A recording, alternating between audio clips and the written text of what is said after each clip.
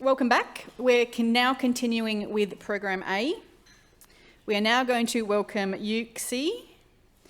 Dr. Xie completed her PhD in August in resource heterogeneity modelling for optimal ore extraction and is currently a postdoctoral researcher in the School of Computer Science at the University of Adelaide.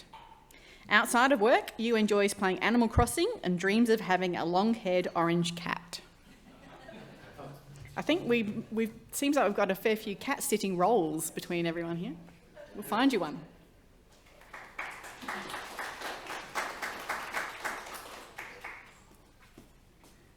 Thank you, everyone. Let me first learn how to use this. Oh, cool. Thank you, everyone. But just clarify, I just submit my PhD thesis, so it's too soon to call me doctor, but thank you. Yeah, so hello, everyone. My name is Yue Xie. I'm a PhD candidate in the School of Computer Science in University of Adelaide. And I'm working in the Program A, Project 6, the Blending Strategy Optimization. Here is my project under the Research Group 3, the Optimization Group in the University of Adelaide. And in my project, we aim to maximize the volume of valuable metal, for example, like gold, copper, silver, or whatever the customer wants. And in today's presentations, I will follow these structures. First, I will highlight the outcomes of this project, and then I will introduce the background and what is significant of this project, and then I will introduce how we achieve these outcomes, and in the end, I will introduce a very important and significant methods we use in our project and the result. First, there are three key findings of our project.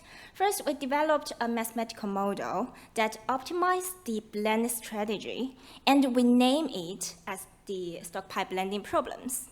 And next, we extend these problems to a large-scale situations, because in our understanding in mining, if we only optimize the strategy for 1 month, it's useless, because it will take so long time or human resource to do that. So we're trying to generate our optimal balance strategy for up to 1 year.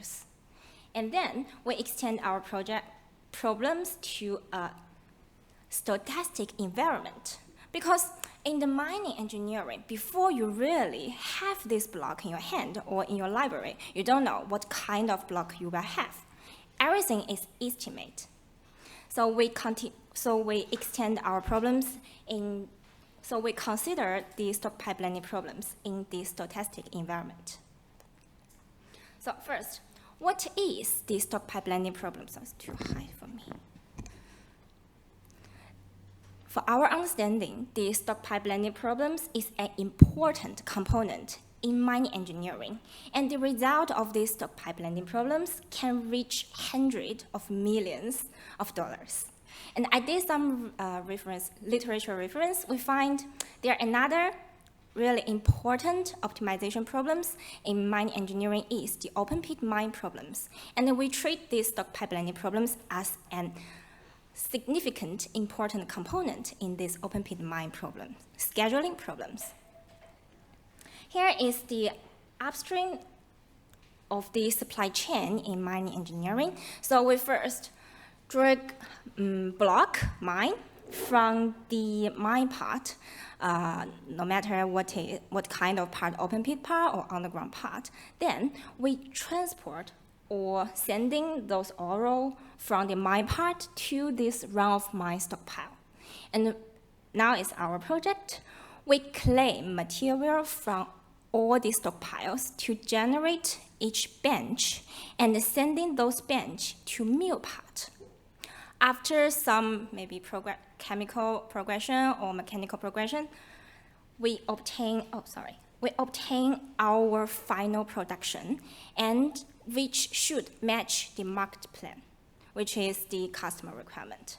So in this whole schedule, we focus on how to generate or blending material from stockpile to concentrate this bench. And this strategy is constrained by the mine plan because it decides how many resources we have in these stockpiles.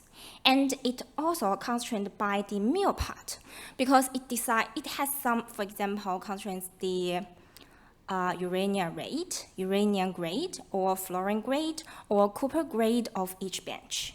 And also how to generate those bench also limited, constrained by the mill plan, by the market plans, because it decides how many or how many tonnage of material this customer want for this duration.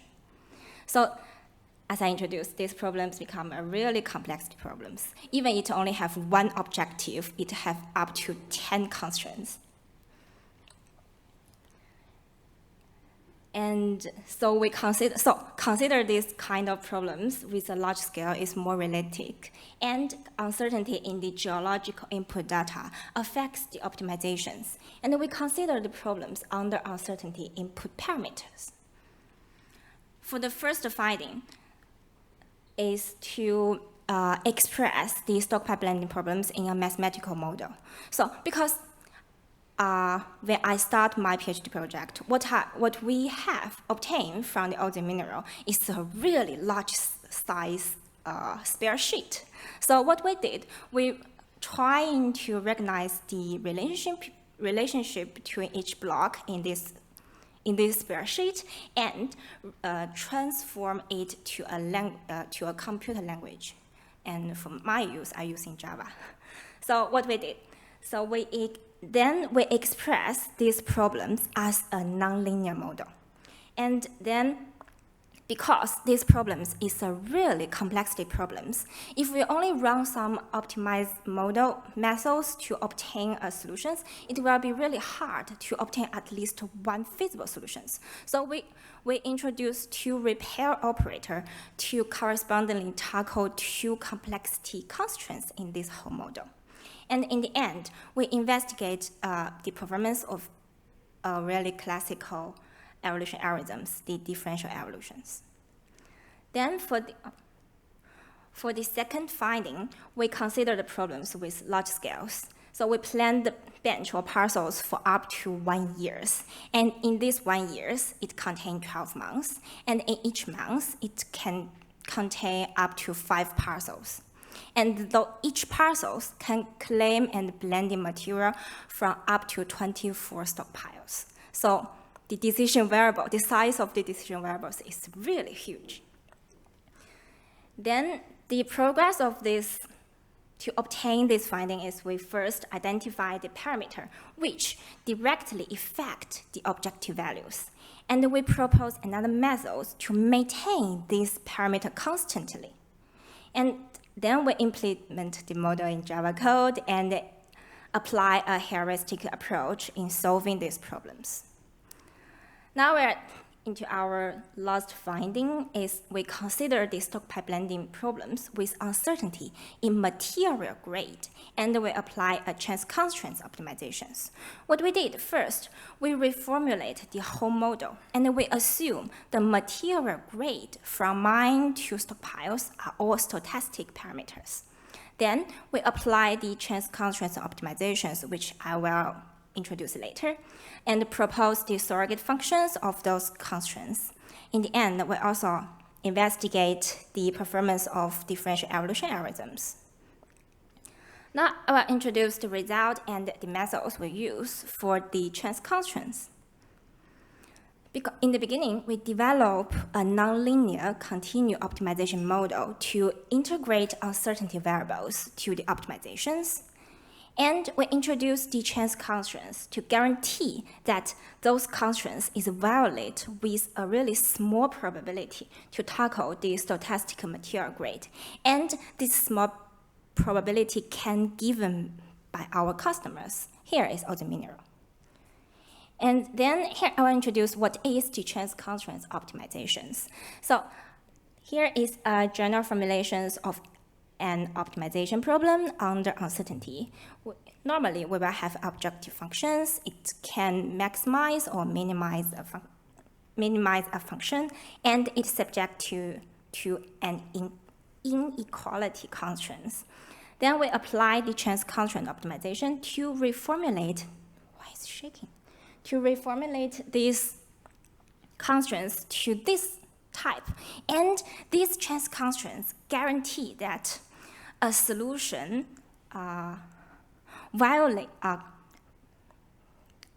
match these inequality constraints with a probability at least at greater than a given alpha. And here, this alpha is a given probability level.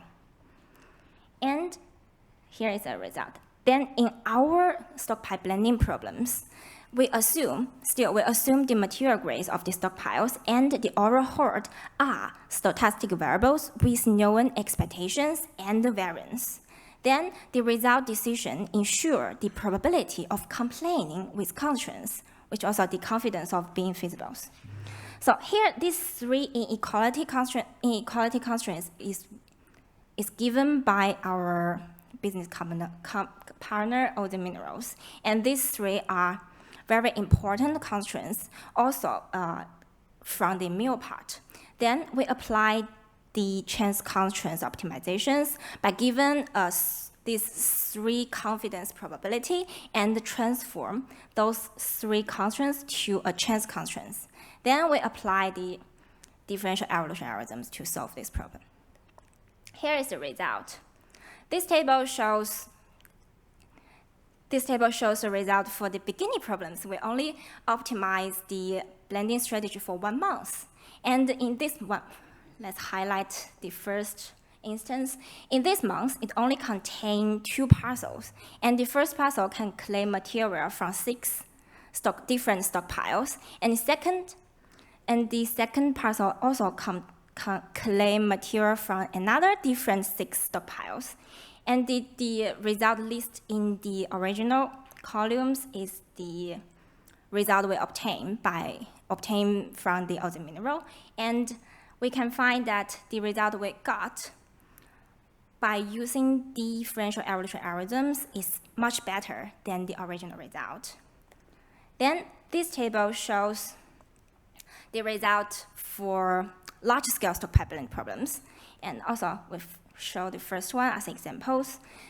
In this instance, it contains 5 months, and it contains 11 parcels, and each parcel can claim material from different stockpiles. The length is the decision variable.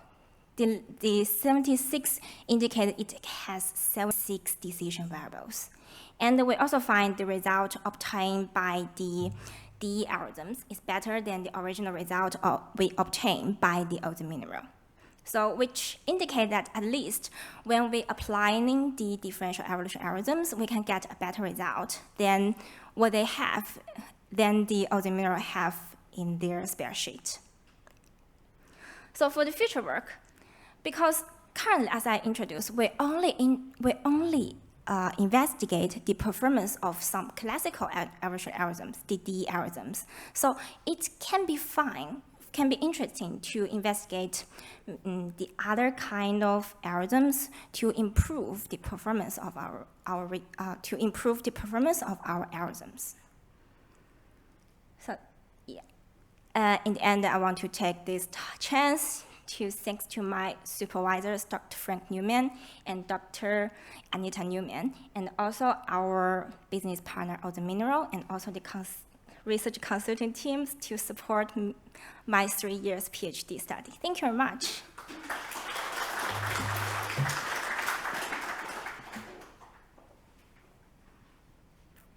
Any questions for you? Oh, that's somebody else. No, you're at Kathy? You're at Gavin. You want to use them on? I'll use yours, Nigel. I'll do what I'm supposed to do. Very interesting. One of the things, what you're showing over the short term when you only have a few choices, that the more choices you have, the better your predictor is, at the end. And so you're going through and you're using timed or instead of worrying about over a month, Yes. and having less choices, when you stretch that period out to a year, you have more stockpile choices, you have more choices. Yes. And when you have more choices, you take a lot of bites out of that, you're gonna get the better outcome. So, and this stuff is completely right. But what it shows is that the value of, that the more things I subsample at any one time, even over a very short scale, I'm going to get a better outcome anyway, because I'm going to blend it a hell of a lot better. But there's a cost associated with that. So my question to you is, have you had any cost components put into it? You know, have you considered any cost in your whole output there? I know you're very focused on the variability, but if you haven't touched on, maybe I should have started it quite a different way, sorry. Sampling theory, you know, when we're sampling all kinds of little streams, it's almost the same problem as what we have here. It tells us the more bites that we can take and more frequently we can take bites, the better my predictive outcome is going to be. And so whether I do it over short scale or long scale, have you considered, you might look at some sampling, what the fundamentals of sampling theory in the background, because there's a huge amount of analogies that you're doing. But what you're also showing is that, there's a cost, the more times I have to take a bite or the increased choices that I have from stockpiles, that just costs me more to do that too. So this is very, very good stuff. It really is. Oh. Yeah. So kind of a roundabout way, whether I'm looking over short term or long term. Long term gives me multiple options. Yes. If I have more multiple options over a short term, I get the same outcome. It just costs me a hell of a lot more to do it.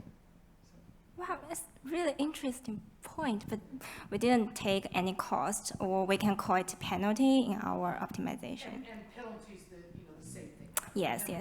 But that's really excellent point. If I can have a chance to continue this project, I definitely will take that into my research. Thank you. Any more questions? Can I just ask you, now that you've finished your work and you're heading on for other things, what can we do as a consortium, as a group, to move this research, which is, I think, fantastic and has a lot of potential for savings? How can we move this towards implementation? Yeah, that's always the things I'm considering. Because as I mentioned, in the beginning, what we obtain from the mineral is a really large size a spare sheet. And the partner, Natalie, they said they use a person manipulately generating this strategy for blending. It wastes time and hard to obtain the optimal. So from my understanding, we can just generate a software packaging or something to package all the algorithms or the all input data. Then we can click and obtain our optimal solutions without hiring a person to do some manipulatively changing something, some numbers. So could we design a sort of a magic black box that's easy to use? Yeah, if you hire a software engineer or people. Something for the future. Yes. Thank you very much. Thank you. Yeah, excellent item. So thank you, Doctor, and congratulations on submitting your thesis. Yes. You'll be a doctor soon. So to wrap up Program A, and before we go to our second guest speaker, we'll hear from Dr. Aneta Neumann, a postdoctoral researcher in the area of artificial intelligence-based optimisation from the Optimisation and Logistics Group at the School of Computer Science at the University of Adelaide. Her project title is Advanced Ore Mine Optimisation Under Uncertainty. Aneta graduated in computer sciences in Germany and received her PhD from the University of Adelaide. Aneta received the ACM Women's Scholarship that is sponsored by Google, Microsoft and Oracle, the Hans-Jürgen and Mariana Off Research Grant in 2018, and the Best Paper nomination at Gecko 2019 and Gecko 2021 in genetic algorithms. Thanks, Aneta.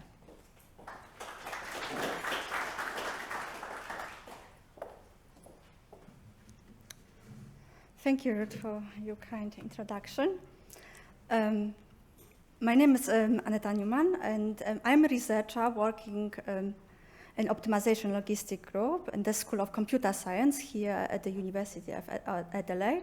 And now I would like to give you an overview about our research contribution to the project Advanced Mine Optimization Under Uncertainty, with MapTech as a translation partner. And this work is the collaboration between Simon Radcliffe here in the public, and Will Reed and Mike Stimson, and Professor Frank Neumann from Optimization and Logistic Group at the University of Adelaide. And the project objective is uncertainty modeling and quantification. And now I would like to give you a short overview about our key findings. First, we presented for the first time the quantification and visualization of uncertainty in MapTech mine planning software evolution. This is a commercial software, and we determined the effects of uncertainty during resource model creation. In particular, we determined effects on the net profit and net present value over the mine lifetimes. Second, we investigated the impact of staging in the mine planning algorithm on the uncertainty. And our approach utilizes new methods for determining the grades of the ore of the interest in the block model between drill holes by using neuronal networks. Afterwards, we use optimization methods based on artificial intelligence methods, evolutionary algorithms, which have been applied successfully to a wide range of optimization and engineering problems. And third, we modeled the uncertainty in the mining processes, and we propose a novel and robust method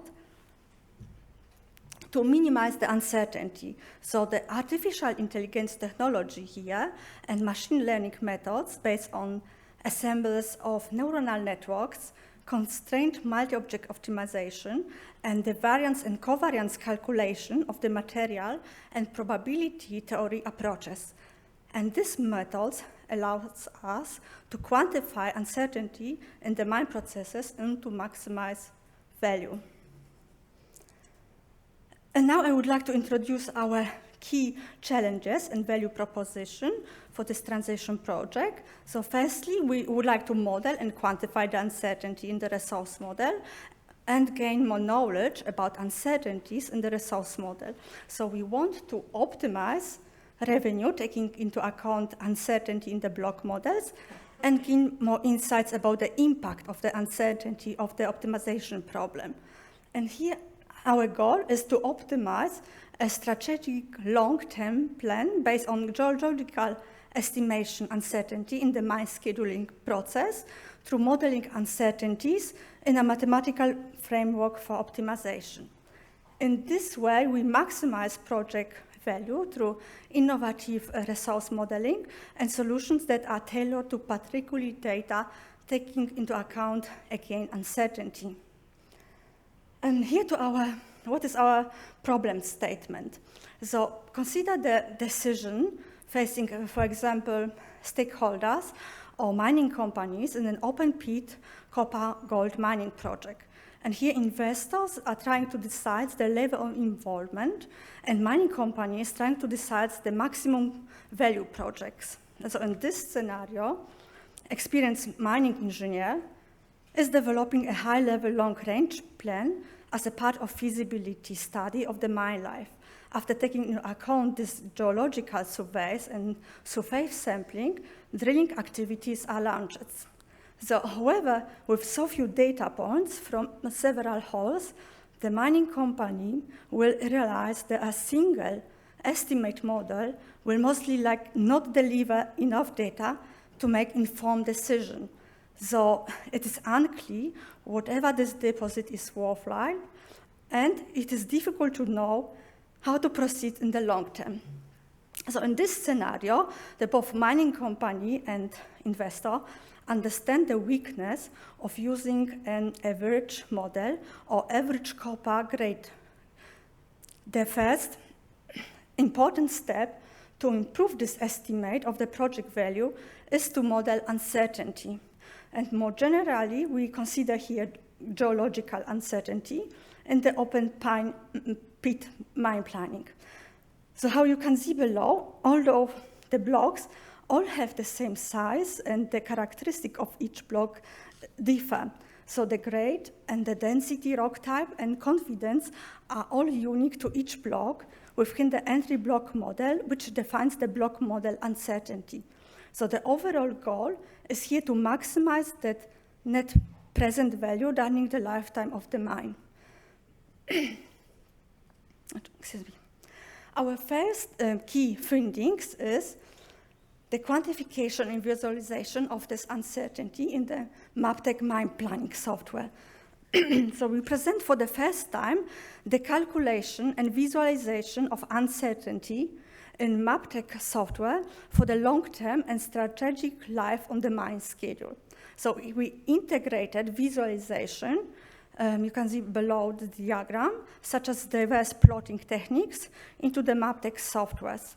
So we quantify here the effects of uncertainty during the resource model creation, and we investigate uncertainty in different geological models, and we determine effects of the net profit and net present value over the mine life.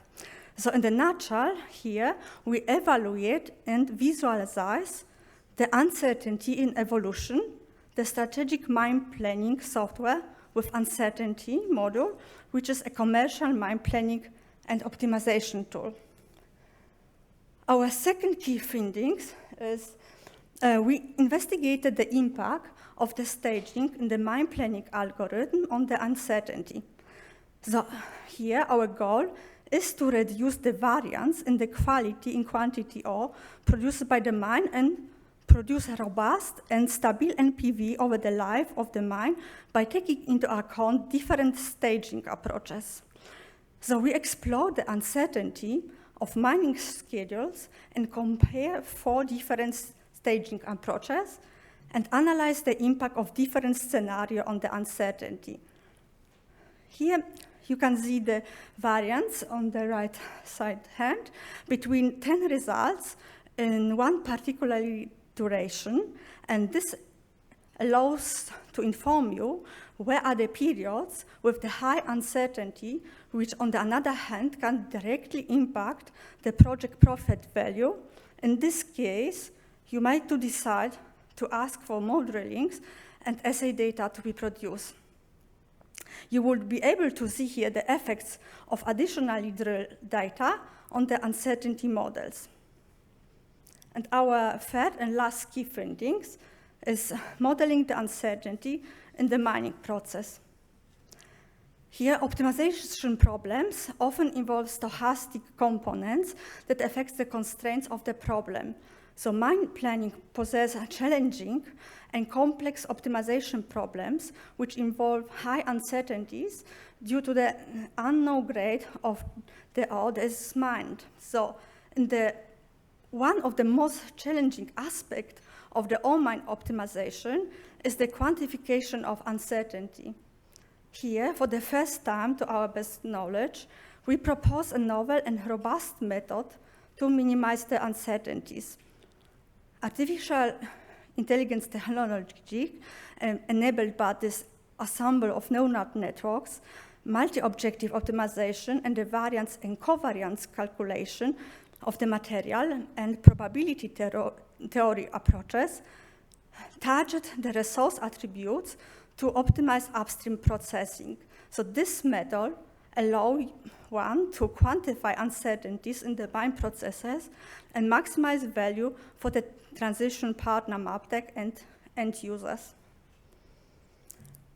There are the key publications in terms of research contribution to this project, and the articles are published and accepted in International Artificial Intelligence Conference as full papers and were peer-reviewed with acceptance rate 20% for AAAR 20, PPSN, and Gecko Companion 21, the Genetic and Evolutionary Computation Conference. In this transition project, we are able to transfer our research knowledge directly and fast into industry project software and to help to tackle the industry challenges. And our next step will include, we want to improve the uncertainty model into transition partner software for mine scheduling and with uncertainty, which is, how I stated before, complex and challenging problem. And we will create objective function based on uncertainty model and constrained mine optimization. And we want also to adapt existing algorithms from the MapTech framework for mining optimization problems by addressing the stochastic mine plan complexity. Here to acknowledge for Frank Neumann, the leader of our optimization and logistic group at the Uni of Adelaide. Also to state government of South Australia. And special warm thank you to our collaborators, Simon Radcliffe and William Reed, for engaged discussion and great collaboration would we have, or the project would be not possible to make successful. And here are a few data. If you would like to know more details on this project, you are very welcome to talk with me.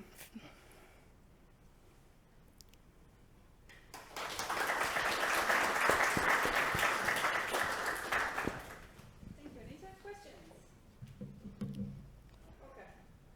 Okay. Thank you, nice presentation. I have a question to the net present value. Yeah. Can you say a little bit more how that can be done? As you know, I come from the world of chemical engineering, and it's all about shifting the break-even point to an earlier time, so makes the plant profitable at an earlier time. But that's only one way to increase the net present value. So can you say how that can be done in your case? Yeah, we concentrate this mostly on the project part 1 and 2. We concentrate to discover the uncertainty and put the profits and NPV in this way. Then we discount the value and take the uncertainty in the later years. So we always tackle this this profile to minimize the uncertainty in the first 3 years to allow the mining company to be a financial in good position. So this is done directly into MapTech software with the optimization strategy. So all of the details on the NPV, how they calculate, you can directly ask here our partners if this will be possible to give some insights on this. I think risk is a major cost factor also in chemical industry. Yeah. Reducing risk pays off. Yeah, exactly. We try to minimize extremely the risk and just pull over for the latest years the uncertainties. Yeah. Simon, do you have any questions? Sure. Would you like me to comment on that? Yeah. Yeah, sure. So I guess traditionally NPV maximisation in an open pit scenario just means you chase the high grade ore first. So the highest grade ore closest to the surface is the ore that you want to mine first. The lower grade ore, or the ore that's less accessible, is the more expensive ore to mine, so you want to push that into the future as much as possible to maximise NPV. So what Aneta is really talking about here is overlaying that NPV maximisation. We also want to bring certainty to the present and push uncertainty as much as we can into the future. So there's that dual approach happening. There's high grade cheap ore first, and there's also certain ore first. And putting those two things together are giving better results than just the traditional approach to NPV maximisation.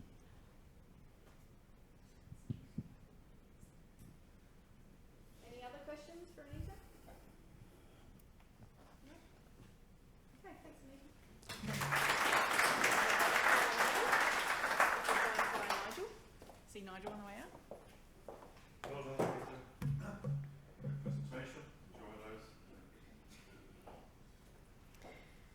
I'd now like to welcome our second guest speaker, Gavin Yeates. Gavin is the chair of the PRIF Consortium Governing Board. Gavin is a mining futurist at Gavin Yeates Consulting with over 35 years of industry leadership and experience. Gavin is an established executive and leader in strategy and technology. He is environmentally astute and is able to provide profound, systematic context to how strategy should be considered and formulated. In addition to being a subject matter expert in mining and technology with over 35 years of deep industry experience, he is passionate about helping client organisations leverage technology into their businesses so that their strategic intentions are realised.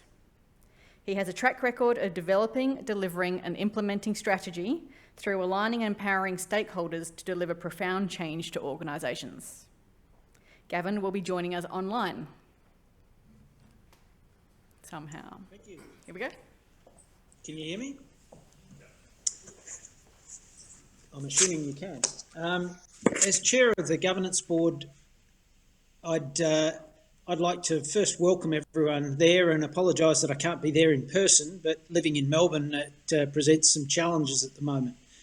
I'd also like this opportunity to reflect on the consortium, what it's achieved as we head towards its end, before pivoting to look at the future of what mining research can deliver.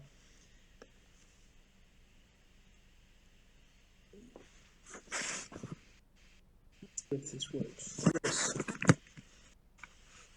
The Premier's Research Industry Fund, or for short, was brainchild initially Steve Grano and then by the wider IMER, University of Adelaide and Yue Xie staff.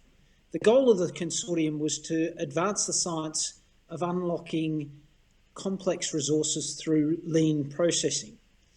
Whilst this clearly targets South Australia's IOCG copper deposits, much of the research, and we've heard that this morning, is applicable to a much wider range of both ore bodies and geographies. There was to be a 4-year government-funded initiative, now 5 years because of delays through COVID. The total cash and in-kind support for the consortium is in the order of $14 million. It's made up of 14 research projects, 11 translation or industry projects. There's 15 chief investigators who are experienced in mining, mineral processing and computer science, 8 postdoctoral researchers, 10 higher degree research students. The cash and support comes from 17 industry partners. There's 2 universities involved, and most importantly, there's 2 end user partners, Oz Minerals and BHP. I guess you'd have to agree with me that that's a pretty significant research effort for the mining industry, even from a global perspective. It's a great effort by the staff to have organised this and run the consortium through what's proved to be a very difficult period. I want to take this opportunity on behalf of the board to thank some of the individuals involved. Nigel Cook first, who has led the consortia. He's had a steady hand and a degree of agility that these times have required. So thanks, Nigel, for your leadership. The program leaders, Peter Dowd and Bill Skinner, have both brought a huge level of experience and credibility to the consortium. And this credibility has the knock-on effect of being able to attract some of the best researchers and students. So thanks to both Bill and Peter for your efforts and dedication. Tatiana has brought a high level of professionalism to administering the consortium, tracking projects, budgets, the annual reporting, minuting our meetings, etc. She's been instrumental in organising today, so I want to extend my thanks to Tatiana for her skill and dedication. And then there's Louise, who's been a constant support in the background, keeping us all organised, and she's developed key skills in organising Zoom and Teams meetings for us. So thanks, Louise, for your support. I'd also like to call out the manner in which both universities have worked together. In my experience, that's really unusual. Too often we see universities compete rather than collaborate. And in this case, the manner in which the organisations have approached the consortium reflects very positively on the individuals involved. And it's certainly made the job of the governance board so much easier.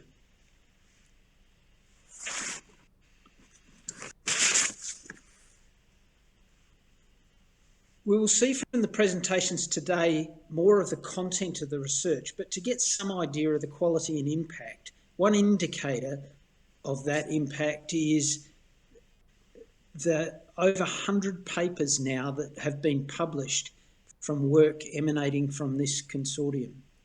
Another indicator is the advancement of projects up the technology readiness scale, with 6 projects having been tested or simulated in an industrial relevant setting, and a further 9 projects being rated as being implementable. This is a great effort given the length of time the consortium has run, as it usually takes a long time for research projects to mature and get through that valley of death to be ready for implementation. So well done and congratulations to all of the researchers. I now want to pivot and look to the future. But as I do that, I want to give you some context of how we got to where we've got to. So each year, the leadership and the board of the consortium go a review with Carolyn McMillan, who you heard from this morning, the Chief Scientist of South Australia, and Paul Hethersay, the Chief Executive of the Energy and Mining Department with the Government of South Australia.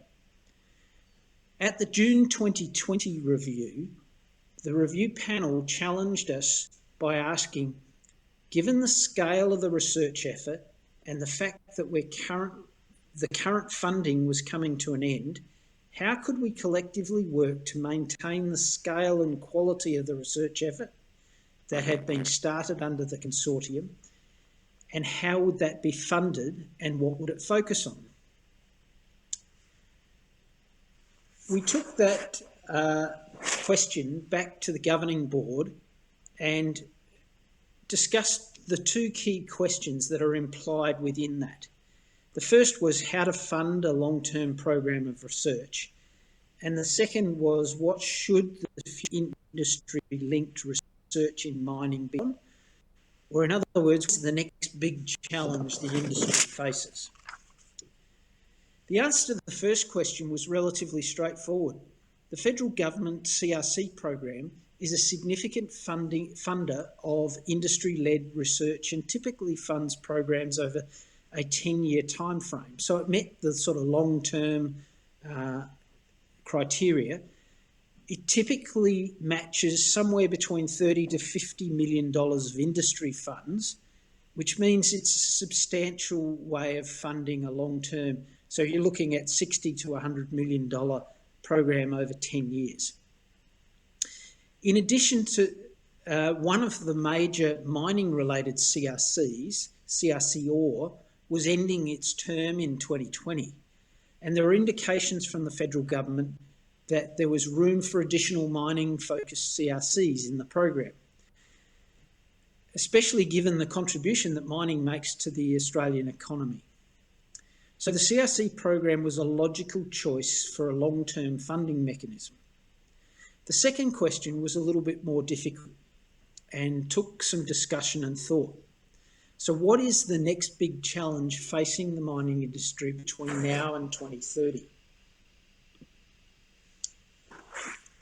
Well, if we step back first and look at what's the challenge facing the world, it's clear from all the science and from what we read in the press, as well as our discussions over drinks, that climate change and reducing emissions is the major challenge facing the world over the next decade.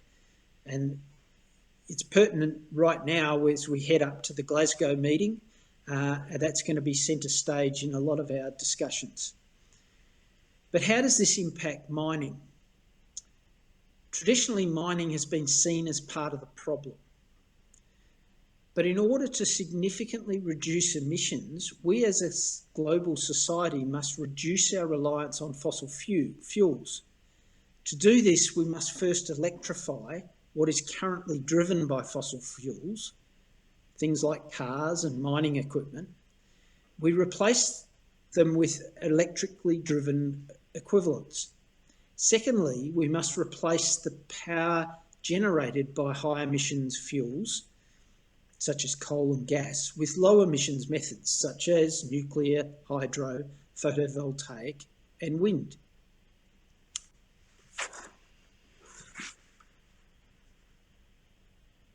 What's clear is that this transition to electrification powered by low emissions sources requires significant quantities of metals. These metals will need to be mined. We're already seeing the beginnings of the demand increase for things like lithium, copper, nickel, cobalt, rare earth elements.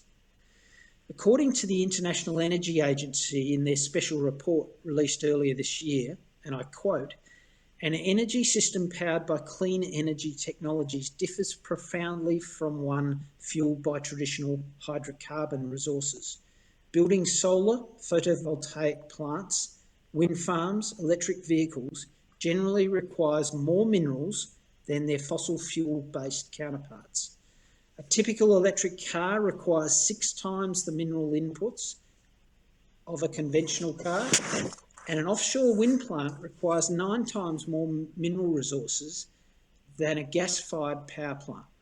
Since 2010, the average amount of minerals needed for a new unit of power generation capacity has increased by 50% as the share of renewables has risen," unquote.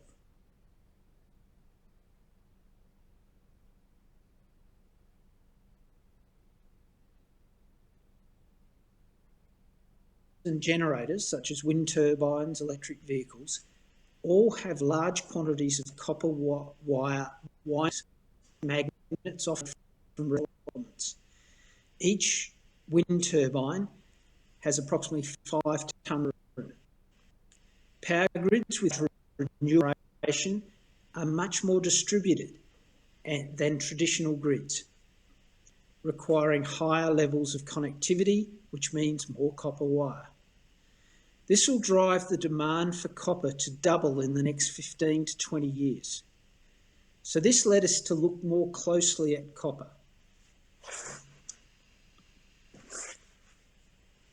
The IEA state that, quote, "Today's supply and investment plans for many critical minerals fall well short of what is needed to support and accelerate the deployment of solar panels, wind turbines and electric vehicles," unquote.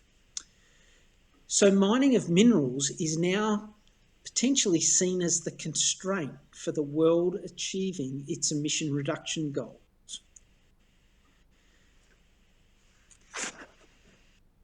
So far, I've focused on the demand for minerals, but what about the supply? There have been few new copper mines, certainly of large-scale copper mines, found, and discovery rates have been dropping over the last 20 years. Those deposits that have been found are challenged by permitting and approval delays and other issues. It now takes more than 15 years for a large mine to move from discovery to production. That means a large mine being found today won't be in production until after 2035.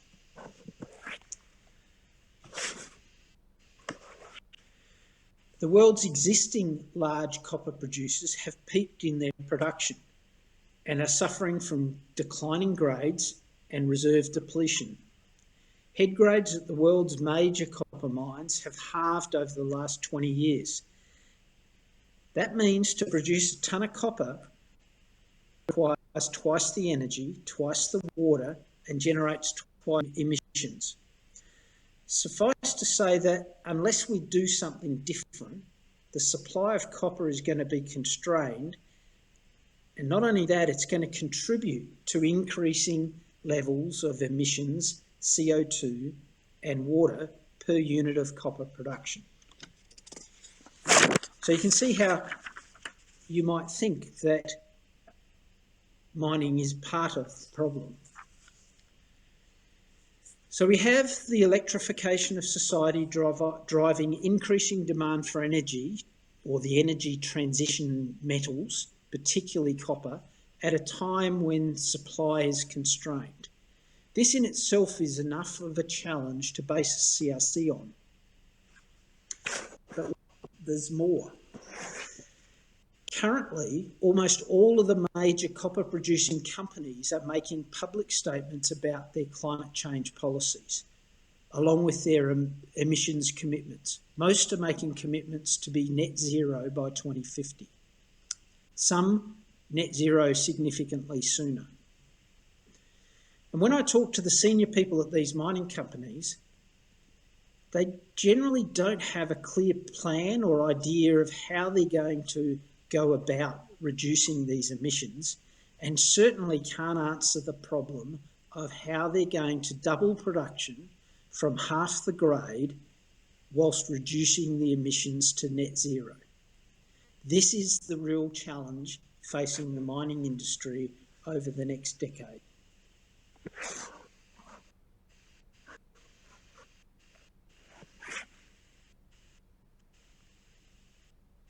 Challenge that collectively rise to will require researchers, mining companies, met companies and governments working together over an extended period to achieve a significant step in how we produce metal, particularly copper. The challenge that gave rise to the Copper for Tomorrow CRC bid, which is currently being prepared for the next round of funding. This focus is sustainable copper for a sustainable future. So how are we proposing to do this? We propose to ensure that lower grade, more complex ores can be beneficiated profitably whilst also improving the environmental performance across the copper value chain. We'll also educate the mining leaders of the future so they are ready to enact that step change necessary. We propose to work or advance work in three broad themes. Here's just some of the ideas that could make a difference.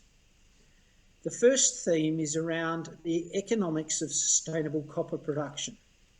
And this includes things like decision frameworks, the tools that would help operators take into account sustainability when making decisions, not just net present value.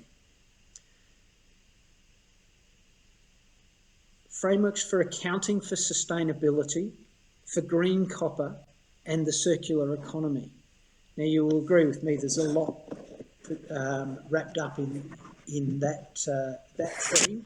The second theme is around mining, and this includes in-place recovery, and that could be chemical or biological, dealing with problematic ore types that currently can't be mined, the problem of modularisation and scalability, and zero entry mining deposits that currently are either too deep or below water table or can't be mined for some other reason.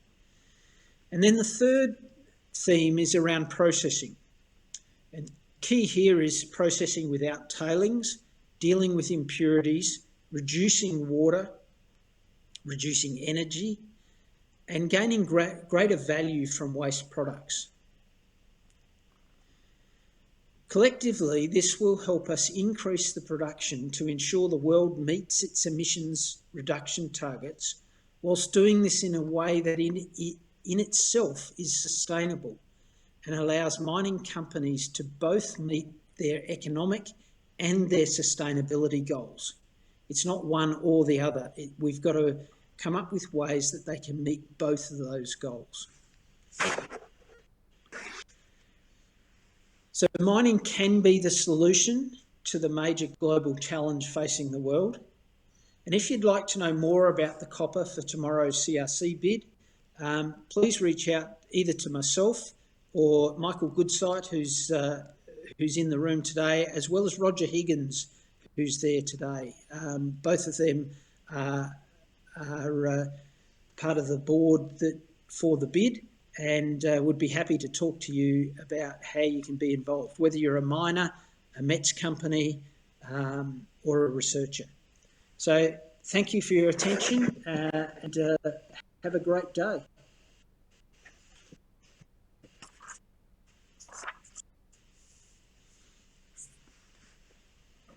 Thank you, Gavin. Do we have any questions from the room? Yue Xie will take her roving mic. Paul, can you hear us over here, Gavin? Hi, Gavin. It's Yep. Paul Heatherso here. I noticed one of the big problems is we're not finding copper at anywhere near the rate we need to, and it's not on your list of themes. Is there a reason for that, or is that something that could be added later?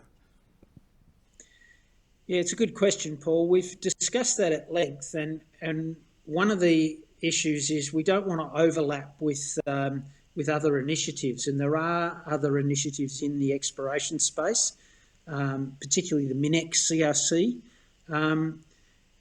And there is the other issue that if we were to find a greenfield deposit today, it's, like I said, 15 years to get that into production.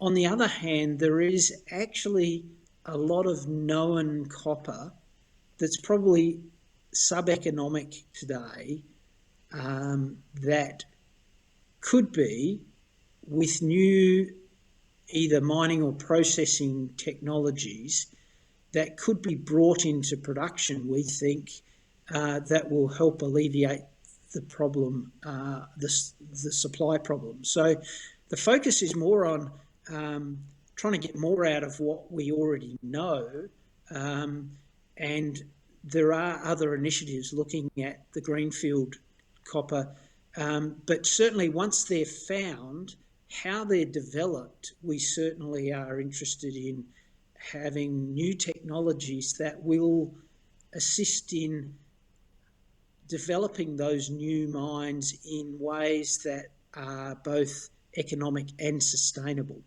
You know, I actually don't think we're going to build another mine that has large SAG or AG mills and huge flotation plants. I think the next round of copper development is going to be quite different. Hopefully, Paul, that answered your question.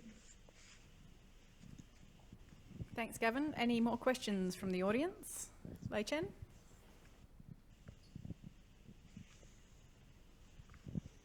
Thank you, Gavin. That's a great presentation there. One thing, I think when you talk about copper for tomorrow, obviously we want to use renewable energy, use less size of SAG mills or flotation things. So there's a lot of new technologies and training, but the mining workforce is not ready for that. Is there any chance, I don't know whether we should add education stream into there, or what's your plan there? Yeah, there certainly is an education stream. Almost, I think Michael might help me here. I think 25% of the criteria for selection of a CRC is based around the education program that's proposed. And you're absolutely right. Just getting the technology in place is only part of the battle. We've got to get the workforce needed to use that.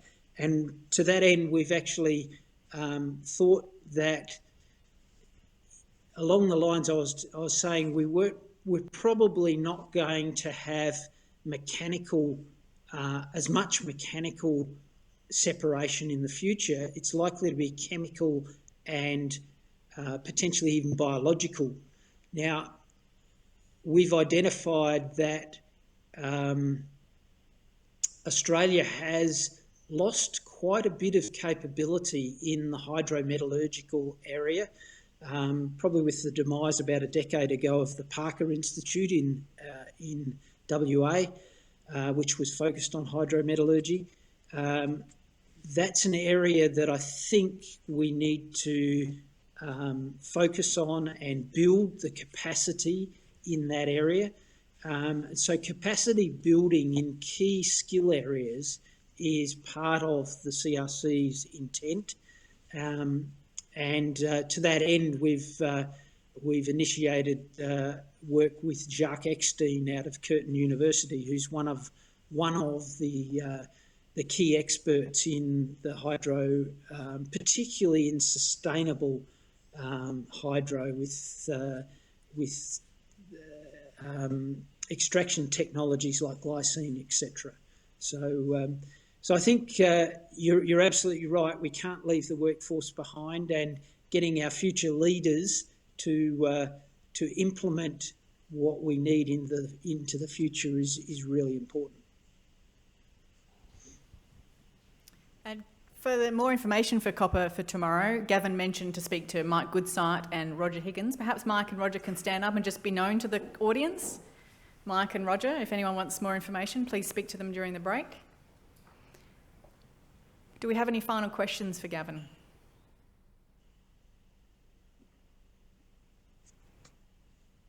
No? In that case, we'll say thanks very much, Gavin. Thanks for joining us online. Thank you, and I'm enjoying the presentation.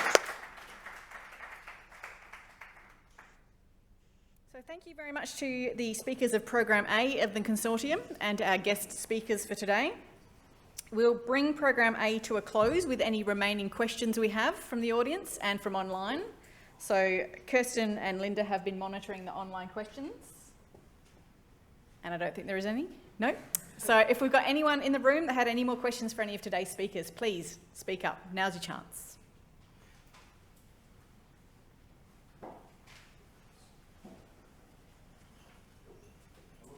Bold here, and I'm going to ask not our speakers, but perhaps our government representatives and other industry experts in the room here, what we in the consortium maybe can do better to get the message across of a lot of the developments that you've heard about this morning and we'll hear about also this afternoon, how we can get those ideas ingrained into the into the mindsets of people in the minerals industry to take them up, implement them in the future, and doing so save money, create jobs, etc., etc.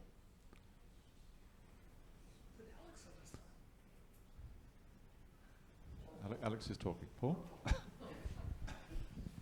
Yu's just coming behind you. Great. Thanks for the question, and it's been sort of one I'm sort of been thinking through as we're going through these presentations, which have been excellent, by the way. So congratulations to the speakers so far. You've managed to distill quite complex things into a way where anybody can really understand it. So congratulations. That's half the battle too with this stuff. And I can see you've put a fair bit of effort into doing that. In terms of getting the message out, this is always the big problem, you know. How do you do it? Certainly I'm just thinking, been thinking that through the PRIF funding, through the various channels we've got as a department, but also through Caroline's work, we can push out a lot of the stuff that we've seen today in various forms. We've got a lot more platforms these days to get this stuff out in, and I think that's quite powerful. Things like LinkedIn and stuff. You've got a guaranteed sort of audience of people who are interested in your topic, so that's one way of doing it. I think also highlighting the strength of the collaboration between the universities is really something. It's always been there between UniSA and Adelaide in this area, but it's worth letting the rest of the world know that that's going on, because it is a fairly unique thing. But in terms of getting to industry, this is the hardest thing in many ways, and a lot of it, strangely enough, is still word of mouth. You know, so people haven't got time to go to conferences, they haven't got time to read papers even. So the more you can do on getting your great ideas into forms that suit social media and you know, take advantage of us as a department with the forums we've got, and we've got a couple, 2 or 3 each year that are, you know, gaining in sort of popularity. That's the way to do it, because at the end of the day, it's people like Gavin who's an industry leader, and people will come to him for advice. So use the opinion leaders you've got, and use the social channels that are out there that we've never had before, really. What are the forums, Paul? You mentioned 2 forums. Well, we've got our Copper to the World conference that we've just had, which has sort of started out as part of our sort of overall copper strategy, but that's sort of just building up momentum in its own way. And we also have our Discovery Day at the end of the year, or November, December, which is where the department's sort of presenting what it's doing, but we always wrap around other symposium and that kind of thing around that, which works quite well because everybody's in town. So if you can load a few more workshops or things on either end of it, that's a really good outcome as well. And if there's it's certainly within our remit to, if we thought it was we could make a bigger conference of just what we're doing here today, we could do that too. I mean, one thing government is very good at is throwing these sorts of things on and bringing academic researchers and industry together. That's something we can do quite easily. So there's a few ideas there. Great, thank you. Roger? Hi. Thanks. Look, from an industry perspective, if you like, and from a couple of different sides of that, the people who get really excited about this are the operations superintendents, the mine planners. These sorts of things don't get pushed down from CEOs and general managers. They get pushed up from the people who actually have to solve the problems. So the target audience are those people who have these problems to solve in their day jobs. And if they're recommending them up through the approval system in an organisation, they're more likely to get traction than if we tried to attack the top levels in the organisations who are very busy with 56 and 57 other different things on any given day, but they do respond to recommendations from their own people. So a real target audience is the mid-level management people who are actually having to solve these problems on any given day, and getting to them through networks, through OZM, through conferences, because it's those people who do get to go to conferences, not the more senior people, making sure they want to do it because it helps them do their job better. I think that's the principal target audience. Yeah. Thanks, Roger. Simon? Thanks. Coming from MapTech, and Roger, I really agree with what you just said then. I feel MapTech is probably the middleman here in some respects, because we're a technology company and we try and take new ideas into the mining industry. And what I see in the mining industry is a group of very hardworking, clever people who are extremely stretched. They are time poor. There's a huge labour shortage at the moment in the mining industry. So the will, if you like, in the mine, the willingness and the openness to new ideas, I feel is there and tends to be there. But the ability to dedicate attention, time, resources to nurturing a new idea through to something that can practically make a difference is what's lacking and what's very difficult. And my suggestion there is that for any idea that you have, the level of translational maturity, the level of prototyping, the level of implementation you need probably far exceeds what you have in mind. In other words, it needs to get up that technology readiness scale to a point where it can make a difference in a fairly short amount of time. And that, I find, is the real gap that needs to be filled. And of course, you need time and money to fill that gap. But to me, that's probably the secret sauce to getting some of these ideas to make a difference in the industry. Thanks, Simon. I'd certainly very much hope that at least some of the things coming out of the PRIF can have a second life, perhaps within the CRC. should it get up. You know, I think that would be an ideal place to continue some of these ideas and test them out and validate them and get that TRL level up to where it should be. Kathy? It's all right. These are good things. So my comments I'm going to make might seem harsh, but they're just points of reflection. So Roger is absolutely spot on about these guys, ones like that one and behind them, and the other operators that might be in here are the ones that need the help. So when you come out and trying to sell people on a project, you have to ask them what they want and need. You have to ask and you have to listen. And that part of that listening means don't try to shove a solution that you already have, trying to shove your solution down to their problem. You know, it's not that. Listen the other way around and try to come out with a solution to their problem, not their problem to your solution. And really think about that. You also have to be very mindful of their budgetary cycles, you know, and their budgetary cycles, it takes a while, you know, to get things in, but once they're into a cycle, then they have a better chance. So always try to be mindful of that. And I know that you guys you really try, and you always have a very difficult time of getting your foot in the door, and getting your foot in the door is the difficult one. But it's open forums, and COVID has brought us a lot of things, more online stuff, but being able to reach out to these guys back here that sit behind me, you know, are the ones that you really need to be touching to. But really, I can't underestimate the necessity to listen to what the people need, not what you want them to need. So. Thank you. Now we know. Okay, I think that wraps up Program A today. Thank you to all the speakers, presenters this morning for Program A. You did a great job. Thank you. We'll now stop for a lunch break and reconvene at 1:15. So you've got 36 minutes. Use it wisely. Thank you. Yes.